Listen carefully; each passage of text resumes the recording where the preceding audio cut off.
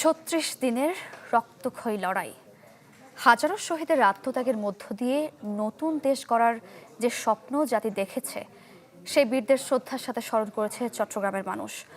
গণঅভ্যুত্থান দিবস ঘিরে আবারও রাজনৈতিক নেতাদের বক্তব্যে ঐক্যের সুর। বিভেদ ভুলে খুনিদের বিচারের বিষয়ে থাকতে হবে ঐক্যবদ্ধ, গড়তে হবে ফ্যাসিবাদ মুক্ত বাংলাদেশ। যাদের আত্মত্যাগে স্বৈরাচার মুক্ত নতুন বাংলাদেশের স্বপ্ন দেখছে জাতি, সেই শহীদদের স্মরণের মধ্য দিয়ে শুরু হয় চট্টগ্রামের জুলাই গণ অভ্যুত্থান দিবস। সকালে নগরীর নিউ মার্কেট এলাকায় জুলাই স্মৃতিস্তম্ভে শ্রদ্ধা নিবেদন করেন পার্বত্য চট্টগ্রাম ও ভূমি প্রতিমন্ত্রী ব্যারিস্টার মীর হেলাল। একে একে শ্রদ্ধা জানান জেলা প্রশাসক, পুলিশ কমিশনার, ডিআইজি, এসপি সহ প্রশাসনের ঊর্ধ্বতনরা। বর্তমান সরকার জুলাই সনদ বাস্তবায়ন করবে জানিয়ে প্রতিমন্ত্রী জানান, শহীদদের আত্মত্যাগের প্রতিদান যে কোনো মূল্যে দেয়া হবে। সংবিধান সংশোধন নিয়ে যে বিষয়টি এসছে, এটা গতকালই তার যাত্রা শুরু হয়েছে এবং আমি খুবই আনন্দিত এবং ধন্যবাদ জানাই মাননীয় প্রধানমন্ত্রীকে যে 5ই আগস্টে বিএনপি দেশ পরিচালনার দায়িত্ব পাওয়ার পরে যে প্রথম 5ই আগস্ট আসছে, তার আগেই আমাদের সংবিধান সংশোধনের এই যাত্রা জুলাই সনদকে সামনে রেখে যে যাত্রা সেটা শুরু হয়েছে।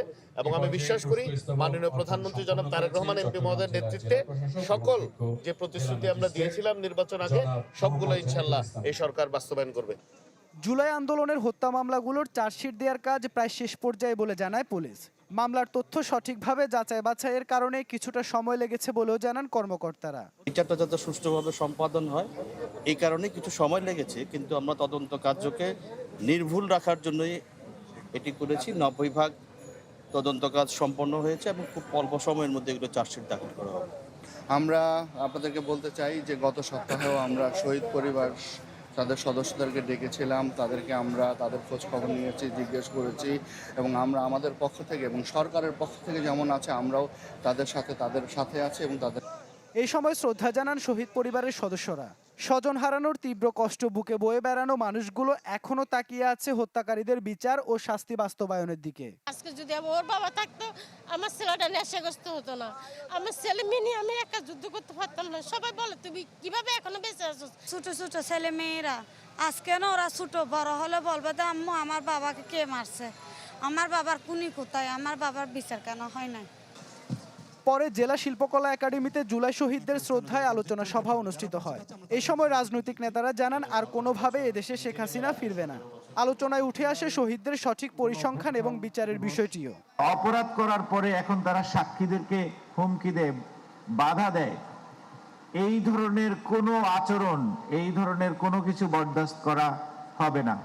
যেই দিন আওয়ামী লীগ ফেরার চেষ্টা করবে, সেই দিন মীর হেলাল ভাইয়ের পাশে আমি থাকবো, সেদিন আমার পাশে নজরুল ভাই থাকবেন। আমাদের মধ্যে যাতে ঐক্যটা থাকে, তাদের আকাঙ্ক্ষার আলোকে আমরা যাতে ঐক্যবদ্ধ থাকি, কারণ ঐক্যবদ্ধতা ছাড়া আসলে একটা জাতি গঠন করা সম্ভব নয়।